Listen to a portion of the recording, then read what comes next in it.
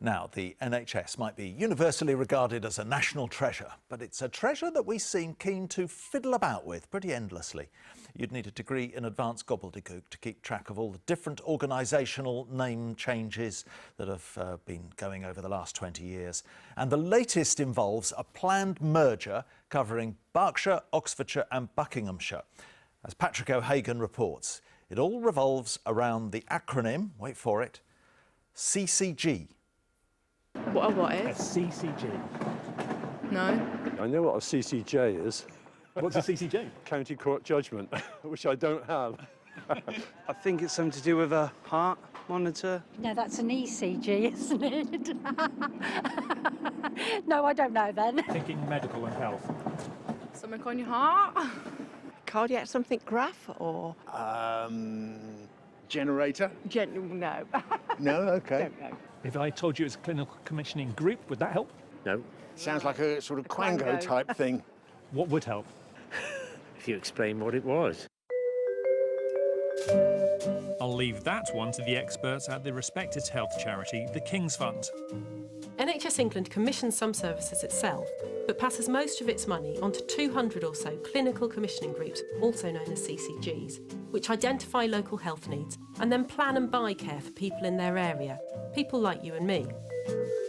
CCGs were originally designed to be small enough to respond to local needs.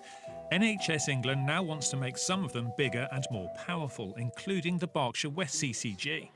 That could see it merge with the ones in Oxfordshire and Buckinghamshire.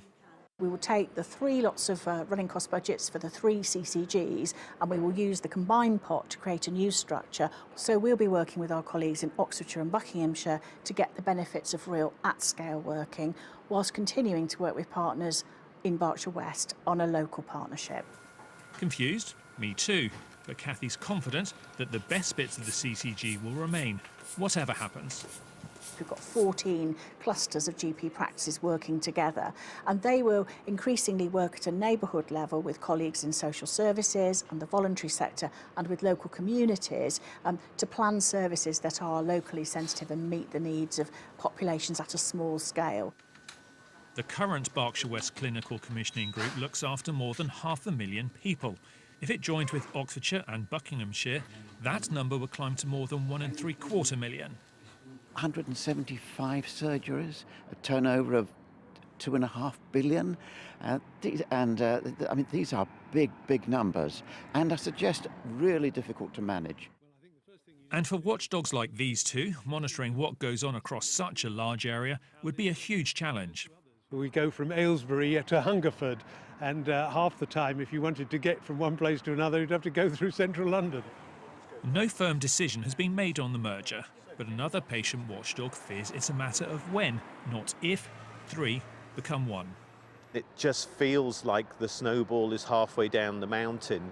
We fear, I think our local council fears, that this seems like a done deal before anybody's asked the questions as to whether it's sensible, whether it's going to work. The only constant in the NHS has been change.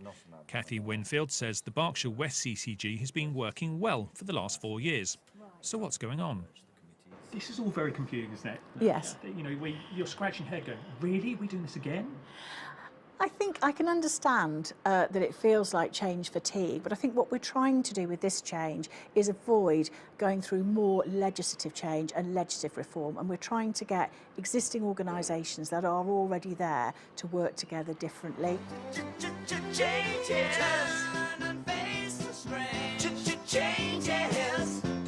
The question is, can you get the benefits of going big without sacrificing the advantages of being small? It really does feel like it's coming from NHS England and the Department of Health, regardless of local challenges, local issues. It's very odd, it's counterintuitive. The accountability and their commissioning is getting bigger and bigger and bigger and further away from local patients. Rosa, this is your part of the world. Are you worried about it? I'm curious to see what's going to happen, to be honest. I think there was a very good point point made in the video there about getting the benefits of a larger organisation, but still not losing the local connection. Last year, a doctor's surgery in Witney, in my town, went under threat of closure, and I worked very closely with the CCG to make sure it stayed open. But we also had to work with the residents and make sure that it was what they wanted, that the GP surgery was needed, and of course it was. They wanted it to stay where it was, and I worry we might lose that sort of localism if we go into a bigger structure. But you can see that maybe sometimes there's an economy of scale interest. But I mean, it's huge. The 175 surgeries, £2.5 billion. That does feel pretty distant from one person's individual experience. Certainly does, and that's a worry. I'm not certain how it's going to work out. It seems we have so many changes within the NHS. We're shuffling things constantly. There's not enough resource, so we're shuffling things around to try and make it work. And I don't know if this is going to or not. Yeah. Why is it happening?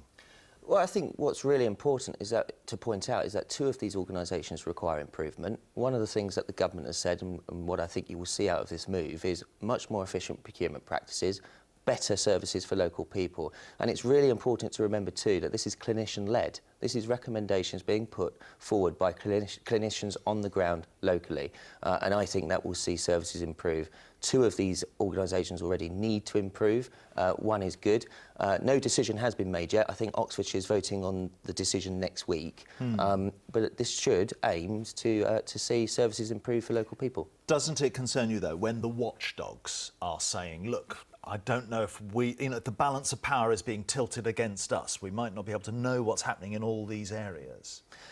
But if you look at, for example, schools who cluster and share best practice, you see vast improvements of overall attainment among students. I know this is slightly different, but sharing that best practice amongst those regional structures will mean that you can bring in more slimline, more efficient practices and deliver better services. No, it's in the end, isn't it, the head teacher that makes the biggest influence in a school, and people relate to their doctor's surgery and how it's run on the ground.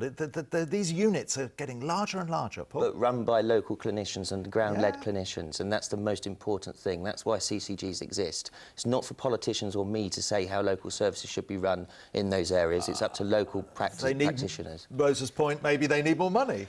Yeah. Getting it. Getting it. I mean, there's all these promises from the new government. We'll see what happens. But I think it's just super important that we're listening to the residents. As these changes happen, we're listening to people and seeing if it's working for them, because that's who the NHS is for. You know, let's make sure it's working for people and working for local communities. Right. Now,